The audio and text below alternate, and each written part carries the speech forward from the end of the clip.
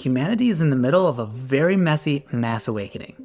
This is a fundamental shift in our collective consciousness that's affecting each and every one of us.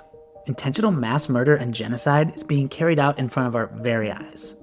These atrocities are being fueled by immense societal structures that have been operating either undercover or out in the open for centuries. It is time to wake up. Are we going to stay silent, or are we going to do something about the blatant, inhumane, and anti-life agendas that have come to control our planet? Are we going to concede defeat and allow our world to be destroyed, or are we going to take advantage of this opportunity to come together and demand a better future for the generations that come after us? This isn't about falling into victimhood because of a situation none of us created. It's about taking responsibility for the parts we all have to play in the awakening, focusing on solutions, and being the change that we want to see in the world. If you're someone who believes in our collective ability to transcend these dark times and access humanity's highest timeline, then you're in the right place. We stand at the precipice of a new Earth and have been gifted with an unprecedented opportunity for spiritual evolution. There's a lot to unpack here, so let's get into it. What's up? I'm Ian with Alternate Timelines. I'm just going to be upfront and let you know that today I'm going to be talking about some pretty heavy topics. But this is something that's been on my heart lately, and I feel like it's important to address and acknowledge some of the really challenging and difficult things we're witnessing in the world today. Not to induce fear or anxiety, but to shine a light on some of the darkest parts of our society so that we can bring awareness to those areas and start to heal them. In this video, I'm going to zoom out and look at the broader context of this global shift in energy. I'm going to address some of the specific challenges that we're facing and talk about some of the tangible steps we could all take that can make a real difference in the world.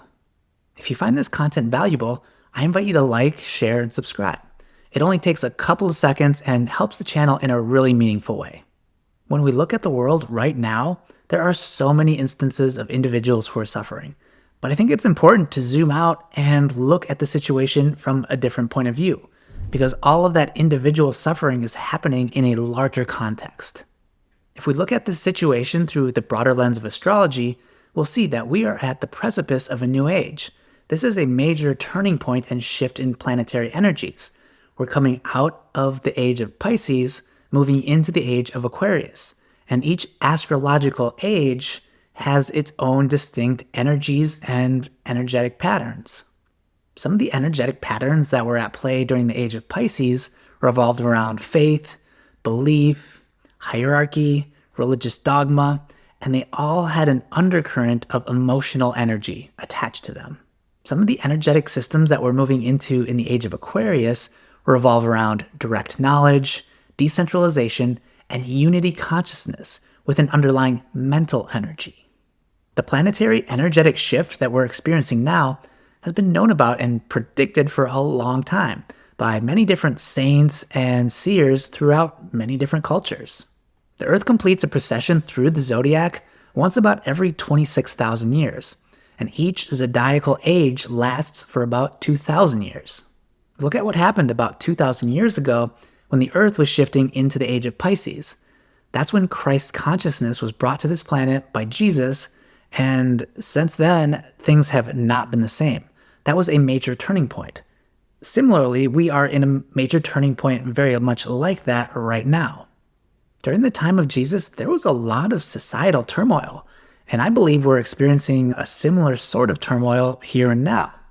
The teachings that Jesus brought to Earth were revolutionary, and I feel like our human collective consciousness is tapping into that revolutionary energy once again.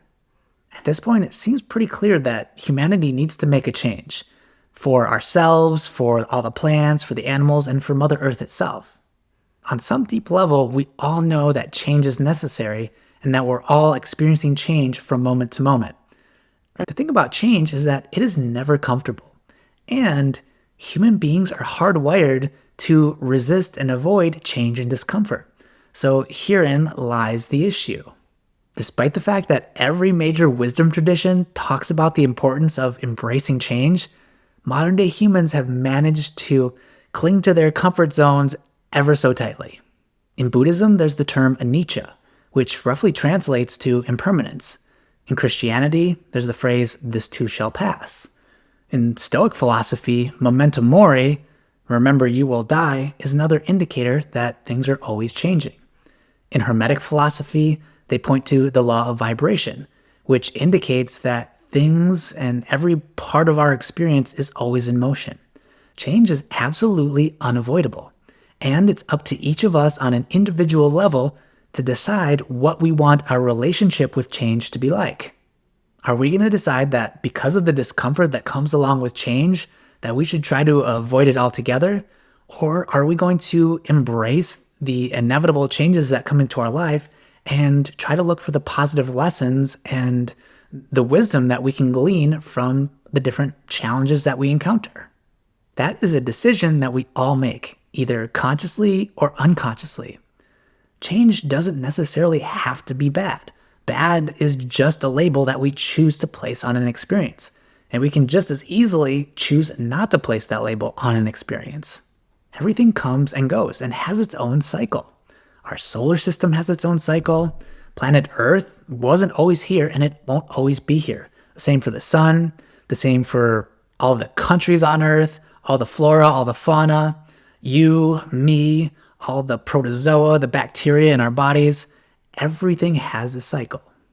Whether or not we experience something as challenging usually depends on our level of attachment to it. When we can embrace the teaching of impermanence and the fact that change is always happening, we tend to cling less tightly to the things in our lives that will ultimately fade away. The United States of America wasn't always a thing. There was a point in time in the life cycle of this country where it was young and fresh and growing and truly representative of Americans. But over time, things have changed, and the United States is simply at a different point in its life cycle. This country no longer represents the people of the country and has become a tool for oppression and control. I certainly understand people's sense of patriotism around the United States of America. It's got a long history, and there's a lot of really positive things that this country has done and contributed to the global society. And at what point do we look at the blatant, inhumane, and immoral behavior of this country and say, I will not stand for this anymore? As it stands right now, in this moment, the United States government is helping to perpetuate an aggressive campaign of genocide and intentional starvation of the Palestinian people. Innocent women and children are being bombed and used as target practice. I fully understand that not everyone who resides in Gaza is innocent, not by a long shot. But the question we need to ask ourselves is, does the guilt of a few justify the murder of innocent women and children? I also understand that there is a long history of conflict in the Middle East that involves heinous acts from all parties involved. And at some point, we need to acknowledge the fact that there is a difference between reflexive aggression in response to a specific incident and a systemic, disproportionate eradication of an entire population of people. At what point do we say enough is enough and stop supporting governments that sell bombs and bullets that are being used to perpetuate a genocide? For the context of this video, I'm talking primarily about the conflict between Israel and Palestine, but there are many other conflicts I could potentially point to. Some of them well-known, others less well-known. As we progress into the age of Aquarius, it's going to become more and more difficult for the powers that be to hide and conceal these, what I'll just call anti-life behaviors. Information is getting harder and harder to suppress, both on a meta level and on an individual level. We might not yet be able to see everything that's happening behind the scenes, but the truth is revealing itself, and in doing so, it's presenting us with a choice. Are we going to do something or not? Are we going to maintain the status quo or acknowledge what's happening right before our eyes? Are we going to fight to maintain our individual comfort zones, or are we going to step out and say, I will not continue to support a system that perpetuates human suffering?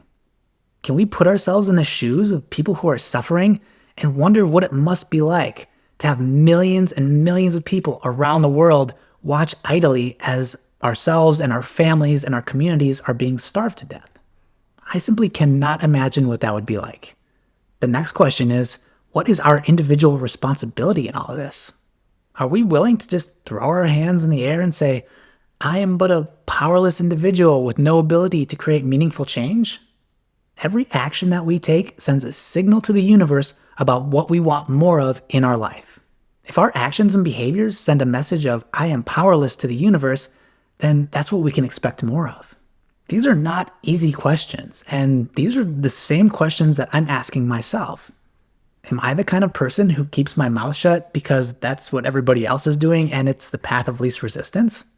Is my own fear of the unknown or of judgment preventing me from being authentic and expressing myself? Now, I don't necessarily know all the answers to all of those questions, and the answers to those questions may be different for everyone. We're all at different stages in our journey, and it's not for me to say what's right or wrong for someone else. All I know is that for me, staying silent and doing nothing is not an option. On some level, silence is a form of consent to the situation that's happening.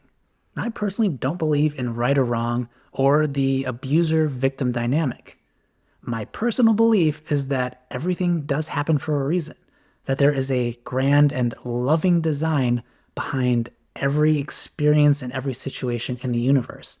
And what we perceive as evil or negative or bad, any of those kind of labels you want to place on it, those kind of challenging experiences are given to us for the purpose of humanity being able to learn and grow.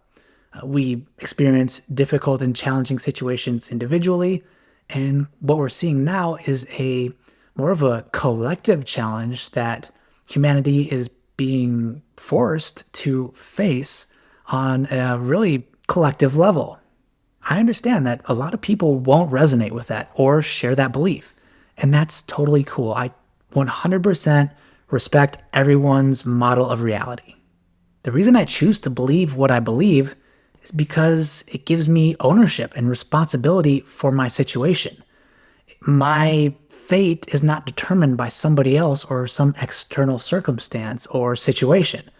I am ultimately in control of everything that happens to me. And I find that to be an incredibly empowering perspective and way to navigate this crazy situation we called human life. What can we each do on an individual level that will create a beneficial change for the collective? How can we take and alchemize this dense energy of pain and suffering and transmute it into energy of inspiration that moves us towards inspired action? We all entered this incarnation with a unique set of God-given gifts and talents and abilities. I believe we're all being called to step up, step out of our comfort zones, let our freak flags fly, and be our truest, most authentic selves. It's time to do the hard thing and bring our natural gifts and abilities out into the world, whether that's baking sourdough bread, whether that's working with children at a daycare center, whether that's creating content and being a voice online, whatever that may be. That tug that's in your heart that the universe has placed inside of you that's willing for you to flower and to shine and to do your thing, that's there for a reason. And it's time that we start to follow those inner voices and that intuition that may not always lead us through the most comfortable path. Deep down, we all know what we're here for, and we all know that we can make a difference. The challenge is being the difference, being different than the person you were last week or yesterday or even an hour ago, being who we are now and fully embracing our truest selves and understanding that change is inevitable. We are constantly going through a metamorphosis for our entire lives. Human beings are never static. So be graceful with yourself. Give yourself permission to be somebody different than who you were yesterday, last week, last year. You are a completely different person right now. We all are. And the sooner we embrace that and embrace the inevitability of change, stop labeling it as something bad or something dangerous or something ugly, something we don't like, the sooner we can start to really embody and usher in this new age, the age of Aquarius. We all have our unique individual challenges. And sometimes when we allow ourselves to get too wrapped up in what's going on with other people, whether that's pain or suffering or whatever it is, it's almost a way for us to bypass our own issues and the things that we need to do for ourselves to move on to the next step of our journey, whatever learning or lesson that may be. Being aware of what's happening in the world more broadly isn't the same as being focused on it or spending all of our time and energy devoted towards thinking and ruminating over situations that we simply can't directly impact. That being said, we can make an impact in our own way to our collective, to ourselves, to our families around us, to our communities. We can all make a difference. I have a very positive outlook for the future of humanity. I believe we can come together, learn the lessons we need to learn, and move through these challenging times. Yeah, there are going to be some things that come up with AI, with the proliferation of technology that are really unknown at this point. We're going to have to move through a lot of different challenges as they arise. And I believe that humanity is equipped to do that. I am incredibly optimistic in this sense. I don't necessarily see the perfect utopia anytime soon, but I do believe that we have the skills and humanity can come together and work through this transition in a way that is beautiful, ultimately, not just for humanity, but again, for the animals, the plants, and for Mother Earth itself. Now, I'd love to hear your perspective. Leave a comment below. What do you think that we can do as individuals and as a collective to help usher in this new age of Aquarius? Any predictions, any things that you see coming up in the timeline? Please let me know. This is a conversation and we're all a part of it. So the more we engage, the more we can keep talking about this, the more we can bring awareness to these types of situations and ultimately fulfill our purpose in continuing the change that's happening. Have a blessed day. Peace.